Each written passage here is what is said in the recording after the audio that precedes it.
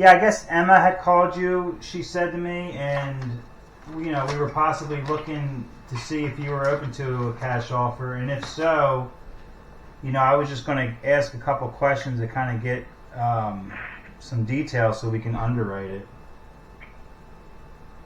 What? Go ahead. So I think she mentioned it was like 1,800 square foot. That's the one, correct? Commercial. No. Oh, okay. It's 3,000 square feet. 3,000. Yeah. Do you have a chiropractor in there, or is this a different one I'm thinking of? No, it's a different one. Okay. So who is you currently run it out? What do you know, like your NOI or your annual cost and all that off the top of your head?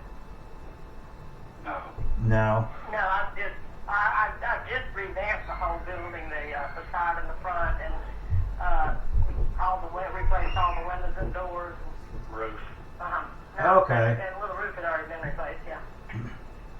So new windows, new doors, new roof, and your current tenant, they're running a business out of there. How much do you charge them for rent for the property? $3,000.